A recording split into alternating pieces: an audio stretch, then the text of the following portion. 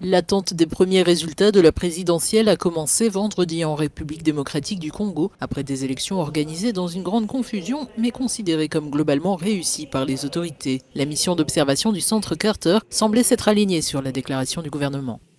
Les 20 et 21 décembre 2023, les observateurs du Centre Carter, déployés dans 11 provinces et à Kinshasa, ont évalué que les opérations de vote s'étaient déroulées relativement bien dans 88 des 109 bureaux de vote visités.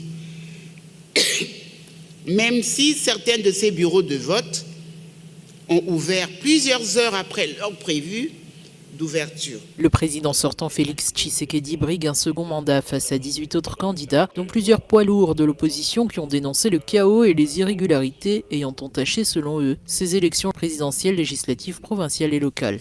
En outre, le déroulement du vote a été évalué négativement dans 21 bureaux de vote, avec de graves irrégularités, observées dans plusieurs d'entre eux.